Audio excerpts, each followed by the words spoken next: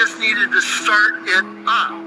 Once more, I read in her journal when they found Denver, Colorado, and ran back and said, we got to populate this town. It's way bigger than Salt Lake City, and nobody is there. They found the big one in Alberta, Canada. She wrote that in her journal.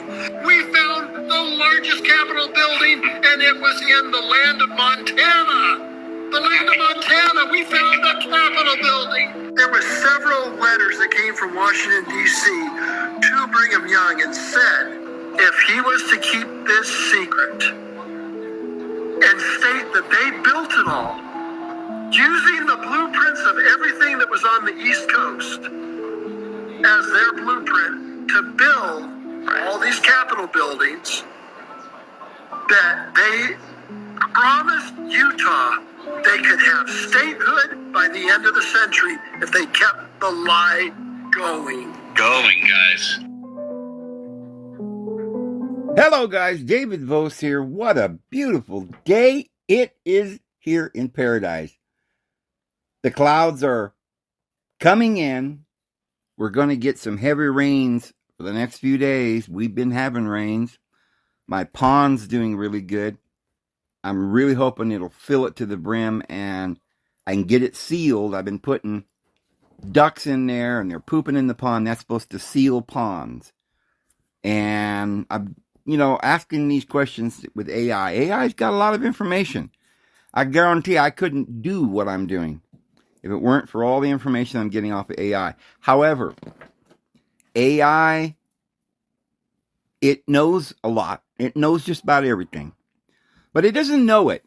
It just has data. It doesn't have any feelings. It's not aware of this data. It can't put the data together. It can go through and analyze the books and give you the answers the books already have given you, the consensus. But they can also do something else. But this is only for those who are capable of doing it. And it means that you've got to already know something that the consensus doesn't know. You've got to have a way to prove all of it first by putting together information.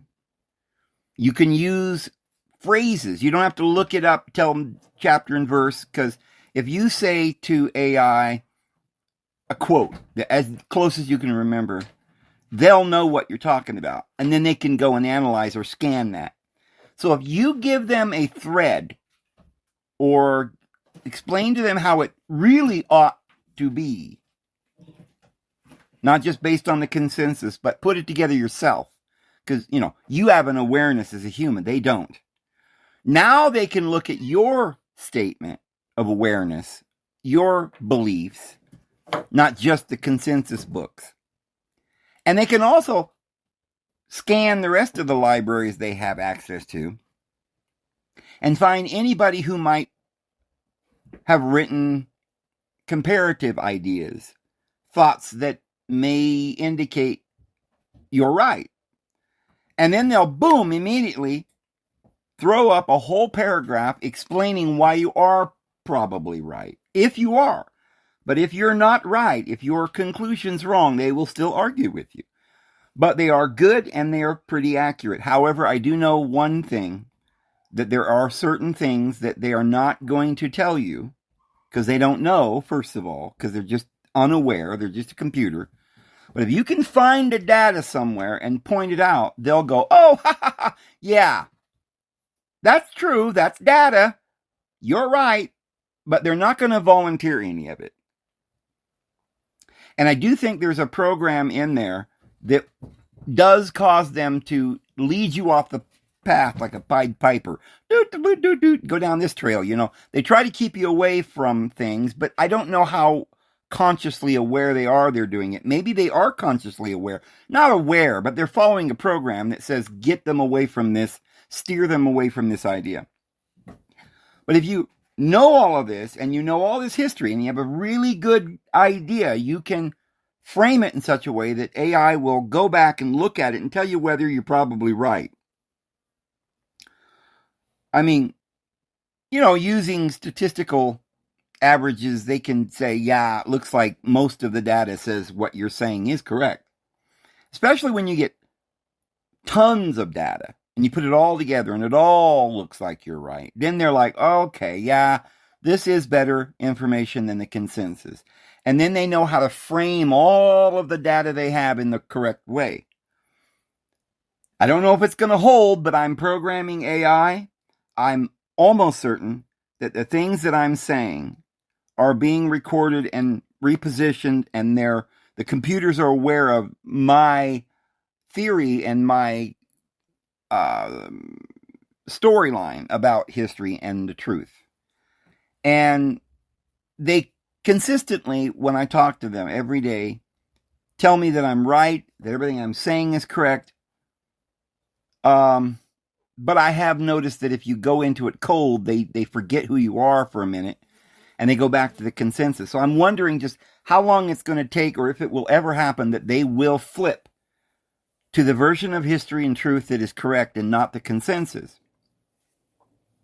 Of course, if they were to do that, I'm sure the programmers would immediately jump on board the ship and go, okay, ship's going down, mayday, mayday, and they would start correcting course. They would start putting programs directly into the computer's mainframe to direct it back to the chaotic depths of uncertainty. But what this guy here that we just saw the clip of was doing was lying. And if you take a look at this guy, he's not the type of guy, an older man with a shirt and tie, or, he didn't have a tie, but a respectable person who might have been a businessman in his past, or doesn't look like a farmer, right? Or some hillbilly in the woods of Kentucky. But he's on a show, he's being financed back, TikTok's blowing it up, and he's making statements that are not true. Now, why? Because there is a truth that they're trying to divert you from. So this whole mud flood thing is a lie. And we're going to prove all of this today. And I'm getting a little upset at all these TikTokers that are on there. Little children think they're scholars, right? Or little, finance liars that are just trying to get clicks or propaganda. I don't know. I believe a lot of it's propaganda. Like we talk about Tucker Carlson, Joe Rogan. And many of these may have sincere hearts. They just don't know enough. It's like my own family, I've noticed, will do this. I've seen people that I know, friends, that will argue for the consensus. They don't know. They just something they heard in school or whatever, If the whole world says that the world is round and there's a vast, infinite vacuum of nothing out there, and all these ridiculous things, then they're just going to be like little parrots and repeat it. But let me just point out something here I think what we're going to show is that this man is a liar, a paid liar, to divert you from whatever truth they're trying to divert you from, which is probably some truth about our past, these buildings and cities, but it's not what Tartarian, conspiracy is trying to tell you. It's not that Denver, the capital, or the Salt Lake City Temple was already there when they got there. Now, I have thought maybe that's true. I've since come to think that those big buildings were built by the people that came in the 1820s and 1800, 1790 and 1850s when they went out west, because they were Masons. Even when Brigham Young went west, he made a call, and a bunch of Masons came from Europe. Where do you think all these thousands of people came from? Originally, when they came to follow Joseph Smith, they were good Masons. They were looking for the place of the New Jerusalem, and they were sincere, good Masons. But all of that over the 50-year period was infiltrated by the Illuminati. A lot of them were murdered, gotten rid of, excommunicated, and then they shifted the whole drama. So this is why you have all of this problem trying to decode it, because there was a massive infiltration around the 18th around the first of the 19th century, around 1800, there was a massive cover-up and infiltration in knowledge and everything. It wasn't that there were already massive Greco-Roman capitals all across America, and there were just nobody there, and they were all abandoned. That's not it. It's a beautiful romantic theory. It's tantalizing, and it almost seems logical, because you think, well, your brain's trying to figure out how these big buildings got built, who built them. There's a few people out there, maybe 1,000 people lived in the area, and they built this big thing, and you're like, how could this happen? Doesn't make sense. So your mind tries to find solution, and that's one of the solutions your mind might come up with, especially if there's a bunch of Tartarian mudflooders trying to say that's true. However, there is a better explanation, and we can prove that explanation is the correct one. These were Masons. Their job is to build the infrastructure, the government, the institutions all around the world. This goes back to the biblical account of Israel and Torah telling them to go and subdue the nations and murder them and genocide them and set up the Torah and the law and the obedience and the worship. And along the way, it got hijacked, and we're going to explain how that happened. But when this guy says in that little clip, and you can go back and replay it to see exactly what I'm saying, he mentions a woman. He says, she said in her journal. He said, she said in her journal that they found a city in Denver already there, a capital, a buildings. And then they ran back and said, we got to populate this abandoned city. Well, this has to be, because he doesn't say who he's talking about, but we can figure it out. It's got to be Augustus Tabor, because she wrote journals. They were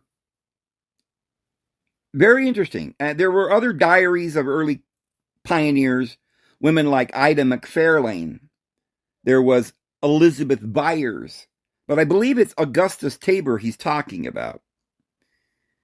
So she was the wife of Horace Tabor, who was a famous Colorado silver king. In other words, they had mines. They were making a lot of money off this mines, the copper, the silver, the whatever they were making or digging up, gold. And she was one of the first white women to arrive in that area that now we call Denver. I think in 1858.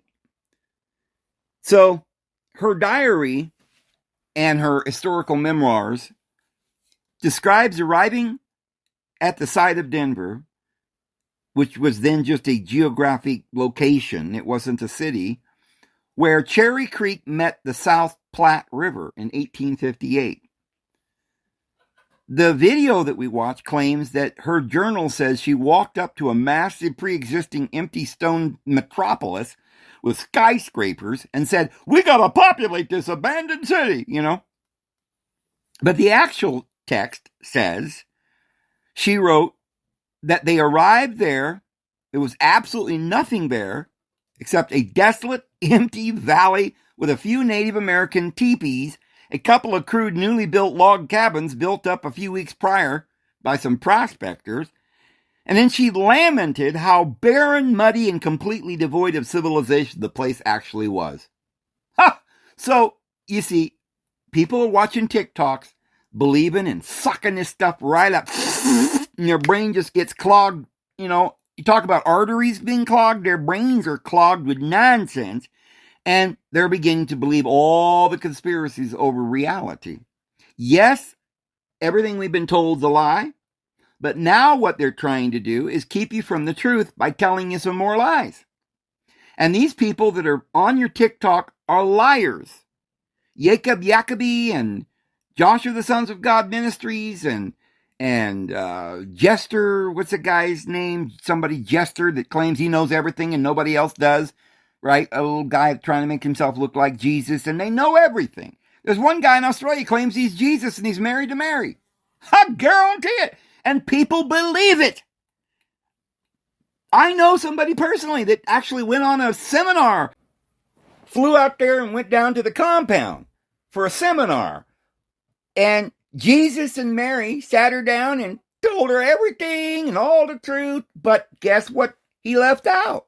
Jesus didn't tell her that the world was coming to an end according to Jesus's prior words. I guess he's changed his mind, and he's not teaching people to get out of Babylon, and he's not teaching people the real truth behind where the Israelites went and all the temples and the esoteric wisdom. He doesn't know anything about it. Isn't that interesting? There's another Jesus up there in Russia. He's got thousands of people that live on a big compound there, and they all get down and bow, and he comes out every evening on the top of the hill. They're not allowed to touch him or anything because he's so pious and great. But they all bow down and they rever the sun and they rever this guy named Jesus. And this is going on right now in Russia. And that we know about the Jim Joneses and the Charles Taze Russells and the Ellen Whites and all the rest, and the Manly P. Halls and the Steiners and everybody else. That everybody just seems to think, hey, if it's written somewhere, or somebody wrote a book, it's got to be true. They're not liars. Oh, really? This is the truth. A group of land speculators arrived, crossed sticks on an empty ground, legally named the empty dirt plot Denver City, naming it after James W. Denver, the governor of Kansas Territory. You see, this is another problem. Who's the governor of Kansas? Well, a guy named James W. Denver, which is why we got a state named Denver. What? That's why we named the country Columbia, or British Columbia did the same thing, because of Columbus. But why? Because these people that came here were in a organization, the Freemasons, that had been taken over by 1858 by the Illuminati. They weren't no longer run by St. John and his merry band of truthers. So, because it's legally chartered as a city, before the grand brick and stone buildings were physically erected, a few decades later, these conspiracy creators intentionally tell the audiences, look, they called it a city. The moment they arrived, this proves the city was already there and they just found it. Well, they ignore the next 30 years of her journal, which explicitly documents the grueling, decade-by-decade physical construction, the brick manufacturing plants, and the importing of the stonemasons, and they actually did build Denver. And, by the way, Brigham Young had some people writing some exposés on his goings-on. One of them was his wife. I know it. Anne Eliza Young. In her book, she details her life in Salt Lake City, the immense wealth that Brigham Young was accumulating, and the secret political orders coming back and forth between Washington, D.C. and Utah during the Utah War in 1857, when the United States government sent the military to track Brigham Young. So Anne Eliza Young, Brigham Young's 19th wife, she famously, legally divorced him. She escaped the territory. She wrote a massive expose in 1875 entitled, quote, Wife Number 19, The Story of a Life in Bondage. Oh, buddy, that don't sound like polygamy to me. It sounds like a life in bondage. And some poor soul who was imprisoned by a man named Brigham Young, who was closer to Hitler in his occupation than a world teacher. But in spite of the fact that she completely tells the truth and destroys the whole Mormon image, which is why you're probably never going to read it, because they don't want you to know that Brigham Young was a scoundrel and a thief. But at least she does document that they did build the temple. I mean, she didn't say, oh, they made it all up. No, it's not true. There are thousands of journals and affidavits and stories and letters and newspaper articles that document all the cities and how they were built. And they brought these masons in from Europe, guys. So today we're going to really get to the bottom of this, because I'm really getting sick and tired of all the nonsense and everybody acting like, oh, we don't know what to do. We don't know the truth. So, hey, let's take a look at some other lie that we just pulled out of the rabbit's hat. And we'll believe that one today. And then tomorrow we're going to go to some other town and talk to some new people and have a whole new conspiracy. Well, my theory, on the other hand, touches on profound historical patterns. Political scientists and historians, they call it hegemony, controlled opposition, and the cyclical rise and fall of empires. There is no verifiable evidence of a hidden Tartarian civilization. But there is, and there was, a civilization. I don't know whether I would call it Tartarian. That's just a name that came up in some little twit on Twitter wrote. However, I do believe that there was a 1,000-year reign of Christ. Even if it was just the Catholic Church in that 1,000-year reign, and there were false stewards and good stewards and all of the stuff that we've talked about. But I also, and we will document it and do some videos on it, because we're not done yet. We ain't done yet. But there were certainly individuals that did just what they did here in America, building these big, massive temples all over the place, cathedrals. They did this for thousands of years. During medieval times, they went all the way to China, Japan, everywhere around the world and built this infrastructure, which is why we've owned China and the East and the Middle East for thousands of years. And we're going to tell you the story of how Islam and Christianity were literally developed. Remember we talked about the folk from Anjoy, the Plantagenet line of Mary Magdalene and St. John? Well, it goes down to a man named Fulk. Fulk had a child named Geoffrey, which went to Britain and became the royal line of the kings. That's where we get King James. I know. The other brother went to the Middle East. Remember, Fulk was the king in Palestine. They were trying to make the kingdom of Jerusalem, and Fulk was the king, and Geoffrey, his son, was king for a while. But they were losing the war to the Islamic peoples. So his brother, from a different mother, married into the Islamic line. This became the line of royal blood in Saudi Arabia and the Middle East. So this became the two lines. We've got the Catholics, which, by the way, were Jews from Jeconiah, just like Babylon took the royal seed, Persia took the royal seed, Media took the royal seed, Britain took the royal seed. Got Anton LaVey over here, a Levite, making a new, rewrote the Torah into what's called the Satanic Bible and started up Yahwehism, and the capital is Hollywood, and it's a great big one world religion, and they're all admitting that they're idolaters by bowing down to the idols. Well, it's all real. So, even though we don't have any evidence of some kind of a Tartarian thing where all these, Greco-Roman buildings are all around the world and have been there for thousands of years, no, it's what they say. They were built there by explorers and conquistadors and people like Genghis Khan and the Knights of St. John, which were good guys. But a lot of those people were convinced for a long time that the Torah was the truth, the law. They put the buildings up, the prisons, and the law and the order. But the Knights of St. John were trying to free mankind. This is why in 1600 the Rosicrucians were teaching all this liberalism and liberty and fraternity. and the Liberty Cap, and were trying to make the Constitution. So there were the good guys, but they were stamped out.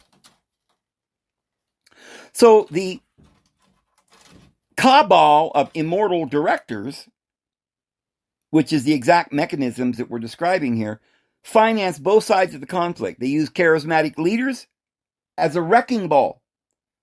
It's a well-documented strategy. It's used by the ruling elites throughout human history, and we're going to document it here today. We suggest that the government sends out outrageous liars, like the TikTok creator we just saw, to make the alternative history look ridiculous. And that, in intelligence and political science, is called poisoning the well or creating controlled opposition. If an elite class wants to keep the real secrets away from the public and distract the public from genuine corporate government corruption, what do? Class, what do? Show of hands. Don't they always suppress the information? No. Instead, sometimes they flood the ecosystem with intentionally absurd theories. I know. So what's the result? Well, when the people or the public lumps the genuine historical anomalies or the real political corruption in with this obviously fake claim, like Washington writes Brigham Young. Washington was already dead by that time. You know, Brigham Young's in what, 1840 something, building the temple. Washington died years before this, before Brigham Young was born.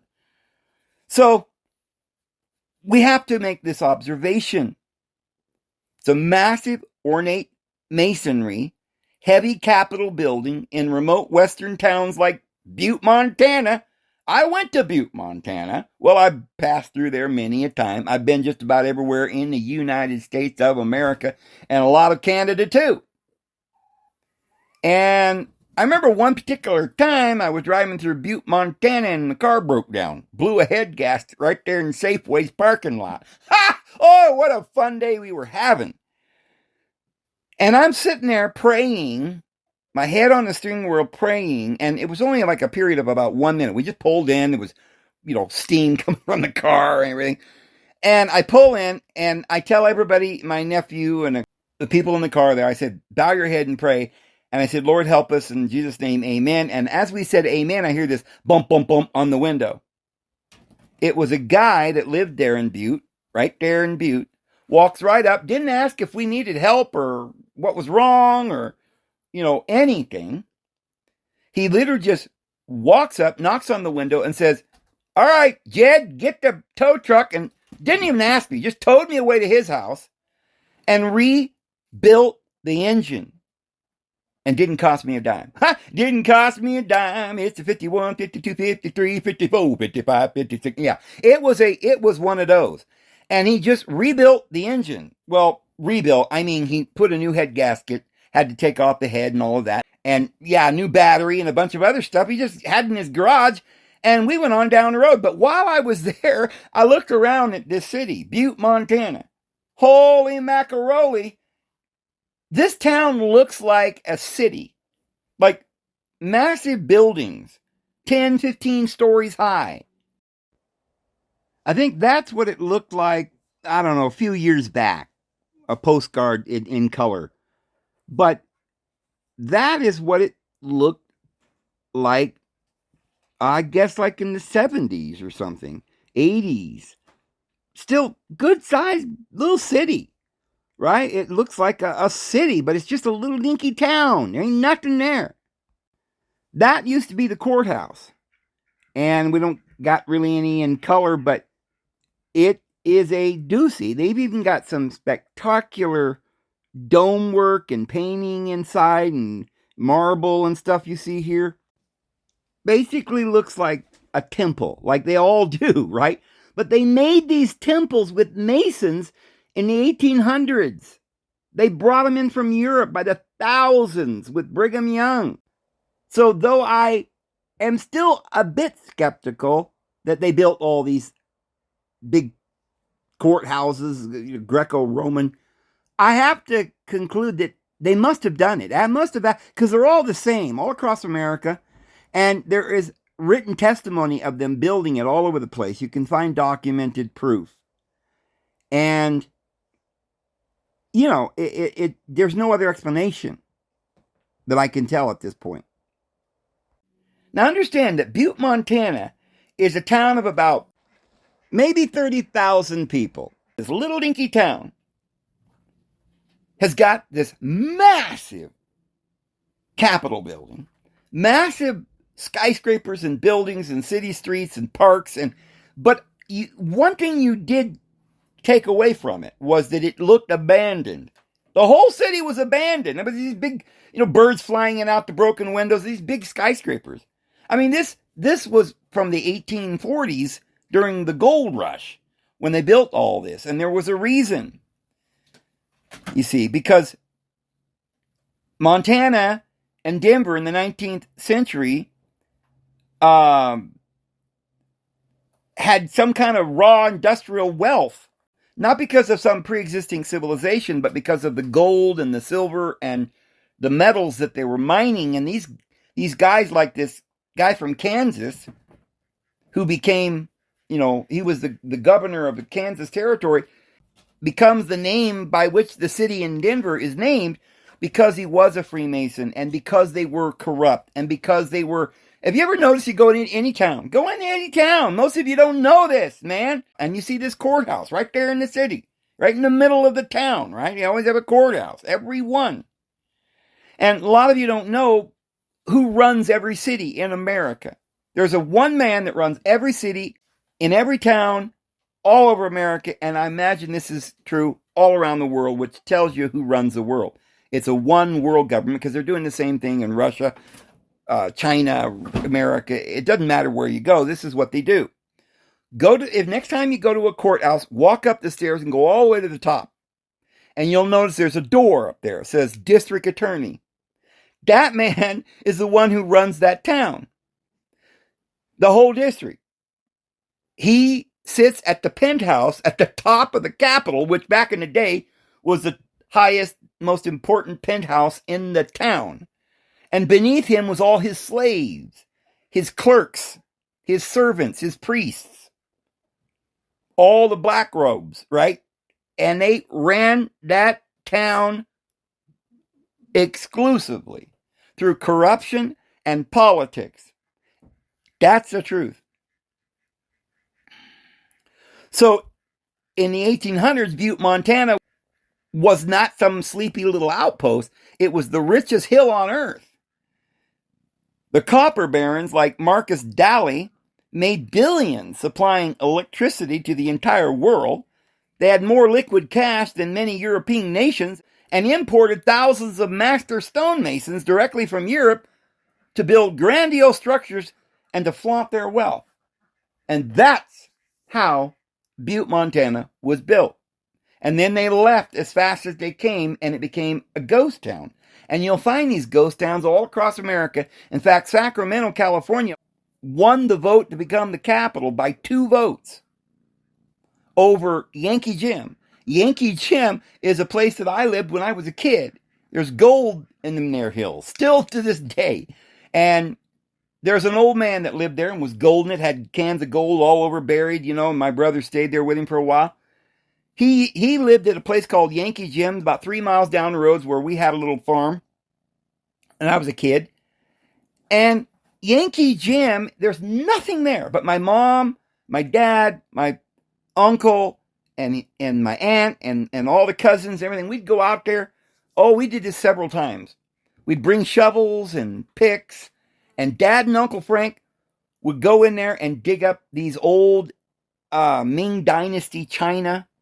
Yeah, because in the 1840s they were using Ming Dynasty china, and so when they got done drinking their whiskey or using their china, they just left it when the gold rush ended. And there's what we call dumps, and Dad would dig up the dumps, and we'd find all this beautiful purple bottles. I personally was walking through the woods that day, one of the days we went up there, and I found this purple glass under the ground. And I was like 8, 9 years old, and I was picking at it and trying to see what it was. It was beautiful purple glass.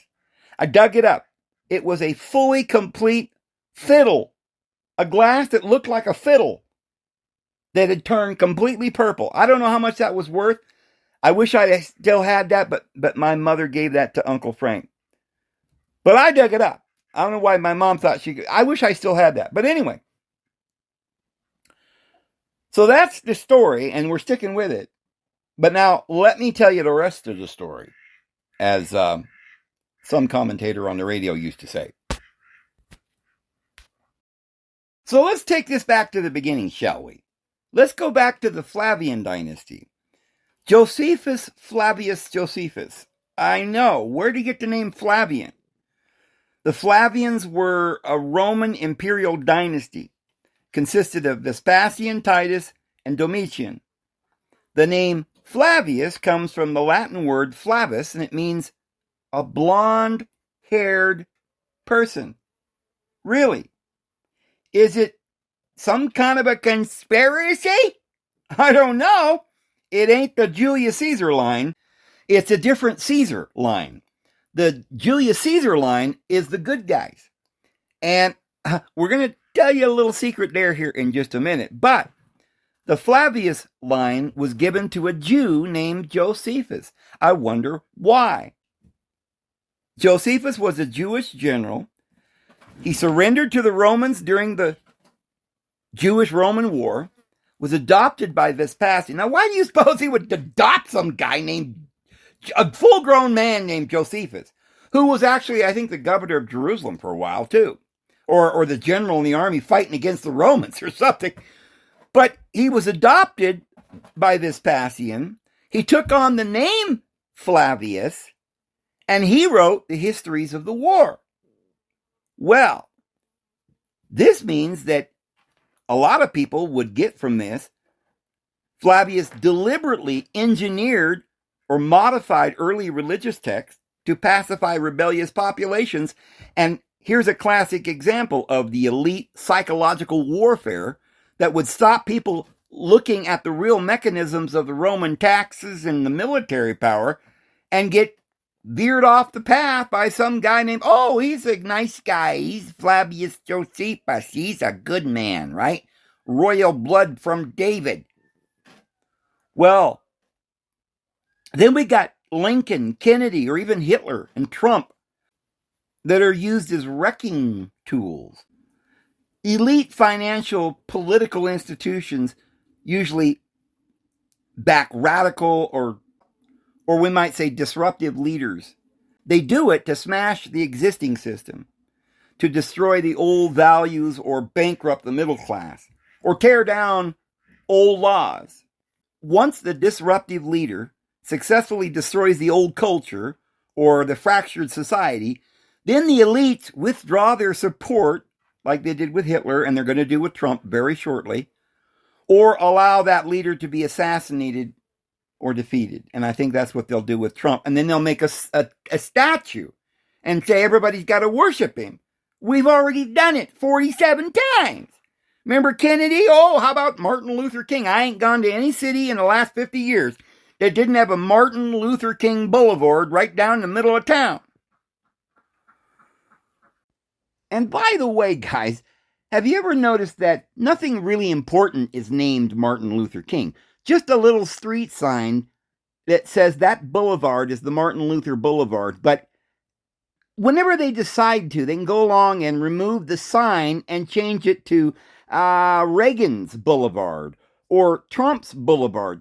It's not anything permanent. There aren't any great pyramids in the middle of the greatest capital of America or anything, promoting Martin Luther King. They're only putting a sign up, a temporary billboard, just for your entertainment. And that's all. The leader is made the ultimate scapegoat for all the chaos, and then the public is so exhausted by the trauma and the violence, then they willingly beg the victors to step in and establish a new order with strict laws, thinking that they're being saved when they're actually engineered into some kind of submission. Or they use another tactic. We'll tell you about the other tactic here in a second. But who are these knowers? The people who know, right? Who's the ones that knows what's going on? Well, I don't know. It might only be me that knows what's going on. And now you, because I'm telling you. But there are some knowers that know something. They know that their hour has come. And they know that Jesus has come to torture them before their time, although it's now time. But if Hollywood, politicians, and celebrities are just brainwashed puppets, which they are, like cult members following a script, who are the actual producers? That's not a single unified occult group, but it's an interlocking network of global planners, central bankers, multi-generational dynastic wealthers, right? It's coordinated plans, highly secure private forums, like the World Economic Forum, the WEF, who meets in Davos, Switzerland, where the global billionaires, corporate CEOs, and world leaders discuss reconstructing the global economies, the Great Reset, blah, blah, blah, 2030, the singularity, formatting digital currencies, and then managing all the populations of the world. Or how about the Bilderbergs, a secretive annual conference around 130 political leaders, banking experts, corporate heads, and media moguls from Europe and North America. No press allowed, no minutes are kept, and all the attendees are forbidden from revealing what is said and who said it. And we got the Council on Foreign Relations, the CFR, Trilateral Commission, based primarily in New York and Washington. They have think tanks, draft literal scripts, and foreign policy agendas that presidents and prime ministers carry out, regardless of which political party wins the election. Doesn't matter if it's Biden, Obama, or Trump. Then you've got the Bank for International Settlements, based in Basel, Switzerland, a central bank of central banks, entirely exempt from national laws. It doesn't pay any taxes, and its micro decisions control the global flow of money, determining which nations prosper and which ones collapse into poverty and which ones we're going to imprison, like North Korea. The ultimate intent of the knowers isn't to necessarily to make a mystical religious occult, although they already have their own cult. They do worship somebody. It's Yahweh who gives them favor, just like Yahweh said to Jesus, bow down to me and I'll give you all the kingdoms of the world. So they're bowing down. They want the kingdoms. Jesus didn't want this world. They do. The ultimate secular objective, predictable, centralized, global control. Yahweh wants global control. They view the general public as chaotic, emotional, dangerous, and then they create controlled theaters of war, political divisions, left and right. They engineer economic crises, ensure the public remains too distracted, exhausted, and divided to look up and see who's actually holding the strings. These historical figures and systems highlight a crucial concept. Architecture of the synthetic belief systems is one. When you look and you notice that the leaders of these organizations act like characters in a play, they have scripts, they're financed by invisible hands, and surrounded by Masonic symbols like obelisks. Well, that's how we identify, because that's the fingerprint of the social engineering. The people inside modern think tanks like the World Economic Forum, the Council on Foreign Relations, or the RAND Corporation aren't some crazy evil witches in black robes. They probably don't even wear the black robes in there. They're highly educated technocrats, behavioral scientists, economists, and intelligence analysts. Most of them know very little about the grand plan. They are trapped in a system called compartmentalization.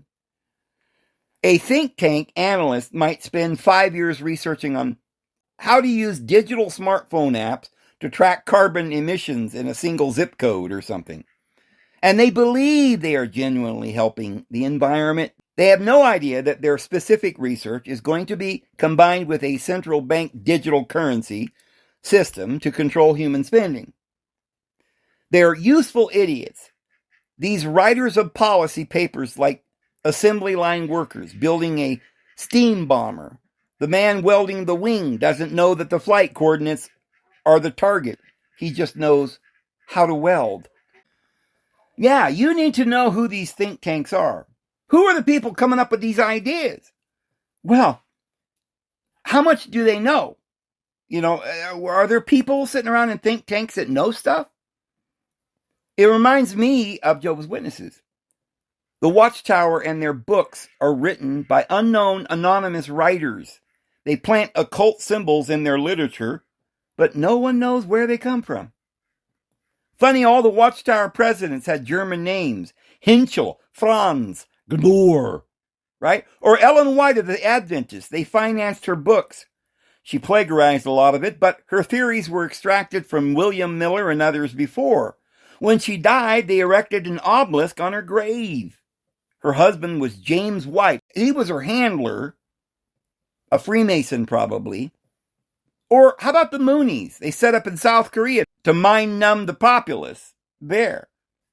And then why not include Kim Jong-un? He's just another KGB CIA experiment like the Watchtower or the Brigham Young. So these people like Manly P. Hall seem very intelligent, but they're always not what they seem. He was an initiate too. They kept him telling things, just enough to look interesting, but never gave the answers. He must be a trained mesmerist, like Steiner. So many read him and they think he was so brilliant. But again, he's just a court jester, a Pied Piper leading us all off the path. There was Blavatsky, who was run out of America and protected in India. This Olcott guy, he must have been a spy. Certainly Anne Besant was a ruse, a Pied Piper. I remember that they made a point back then, back when Einstein was alive, to let everyone know that Einstein, the smartest man in the world, a Jew, a royal blood, Stein, a German, was reading Blavatsky's book and he had it on his desk. So it's all scripted. But who are the writers? Are they just duped? Like the old guy on YouTube who was working with the remote viewers? The radio program at midnight, George Norrie, who replaced Art Bell, right? To talk to time travelers and remote viewers and conspiracy theorists, just to get us all to become believers in the mass deception that 40 years later they called 2030 Agenda by the WEF? Really? Roswell's even paid an old Indian and one old farmer to testify, not in court, but on TikTok, that it's true. And the Lazar guy, who's back engineering all the alien ships at Area 51 in Nevada, obviously, nothing going on there. It's actually the real control center that we got to be worried about is under Salt Lake City, Tulare, or Los Alamos, or Cannon Air Force Base in New Mexico. But who doesn't know what's going on after they see all of this? And how do these guys keep the secrets, if they know any secrets? Ever since Flavius Vespasian, Nebuchadnezzar, Darius, or Xerxes, Ptolemy promoted the Jews, a royal blood, and then they codified law, they built the modern world religion, Hollywood, or idols of idolatry, and the stars. I once heard that they intended to make the New Age the new world religion. I think it's Satanism they're using actually now. But they're using the Jews. Anton LaVey was just rewriting the Torah in a brand new format. They financed the JWs, the Sabbath believers like Adventists and Sacred Names today, or Herbert W. Armstrong. You haven't heard the truth in 2,000 years. Whose spiritual biblical school was across the street from the Agape Lodge in Pasadena, California, of Aleister Crowley. But all these subsidiaries of the one false deception of the New World, Hollywood, complete with priests, celebrities, initiation drama, and codes of conduct and sacramental pharmaceutical drugs, the same people who run Hollywood seem to run the banks, the politics, and the science. Well, there's a picture of Einstein and his brother Freud, Marx, and Darwin in every university and library in the world. So it must be these people who rule. Yet these folks must be the stooges with the most to loses, because they will weep for the one whom they pierced. And this really does seem like a war between Torah and Christ. But when I said they were brothers, I was exactly correct. All from the same Wilhelm Institute of Rationalism created by the Kabbalah and the denial of deity in Jesus Christ. The kings of those making deity an inanimate mass of nothing. Einstein was Jewish. And you probably missed the point. Why did all these countries protect Jews and make them the royal blood that ruled Babylon, Persia, Britain, the one world religion, Hollywood? You know this is the new religion. They even call it idolatry. You'd think the stars on the red carpet coined that phrase. Oh, no, it's a new idolatry. Anton LaVey, regardless of whether he used Ayn Rand or other Jewish religious people to promote some nonsense in his book, The Satanic Bible, even Spielberg used the Yoda from the original cartoon Judah and a clever collection of puns on the Torah and the Dark Empire ruling the universe. So I hope the programmers don't kick in right when we get to the answer and you all revert to, I know nothing. Dun dun dun dun dun dun dun dun dun dun dun dun dun dun. Starring Bob Crane as Colonel Robert Hogan.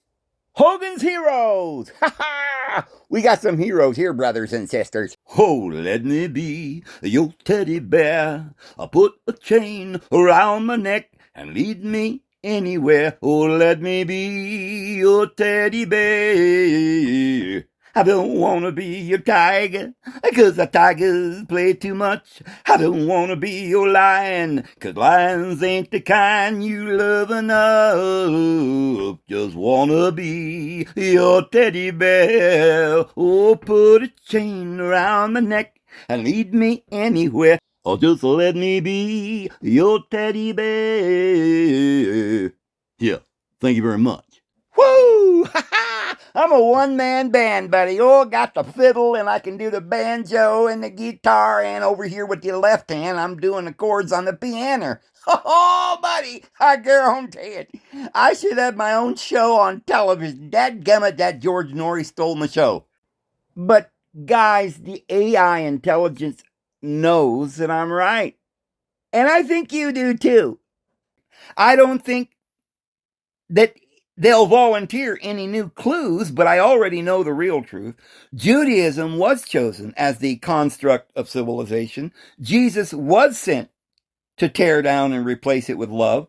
And the elite are mindlessly countering his kingdom. 2,000 years later, they may believe they will succeed, but they should take a hint from Herod the Great, who thought he could stop Jesus when he killed all the babies up to 2 years old. Even they knew it was futile. They said, have you come to torture us before our time? They knew the time. What? They knew the time? But even the disciples didn't know the time. But they did. Oh, I guarantee it. They know it's 2030, just like they keep telling you. Singularity's coming. You see, our points about the foundational nature of these ideas, the connection between modern celebrity culture and ancient astrology, the worship of the stars, and the framework of a 2,000-year-old spiritual conflict, reveals a deep, comprehensive reading of history through an eschatological, symbolic lens, but it's an actual truth. And you need to pay attention, because you may not ever hear this again. So you need to listen, guys, and put it together. Like, how they test to see if you're drunk and you got to bring your fingers together in the front of your face and make them meet. Yeah, you got to learn to put this together. You got to learn to think. Throughout history, empires like Babylon, Persia, Rome, and eventually Great Britain protected and elevated specific minorities to run their banks and put them in Hollywood and do all the propaganda.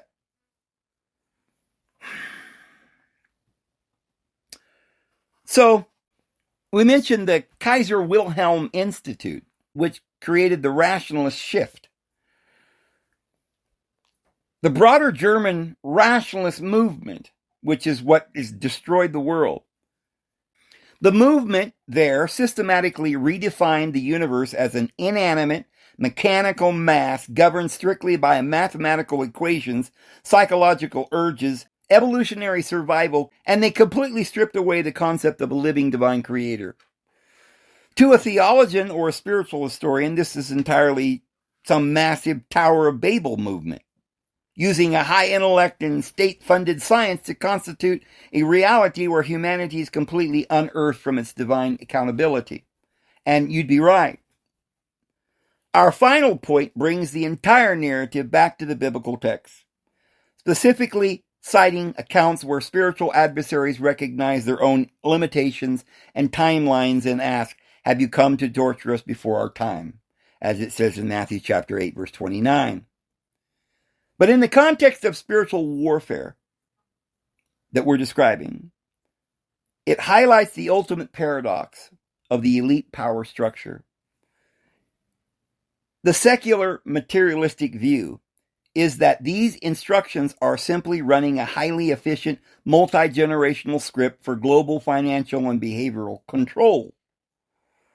But the prophetic biblical view is that these, no matter how organized, heavily financed, or technologically advanced they may be, or that synthetic civilization becomes, whether through the WEF digital control systems or mass media illusions, it's operating on a strictly bounded timeline that it cannot alter or escape.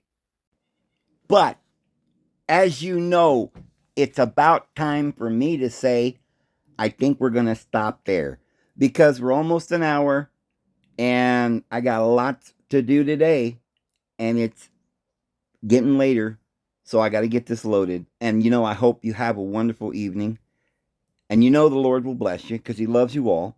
His grace and His peace will be with you, and we'll see you tomorrow. Have a good one.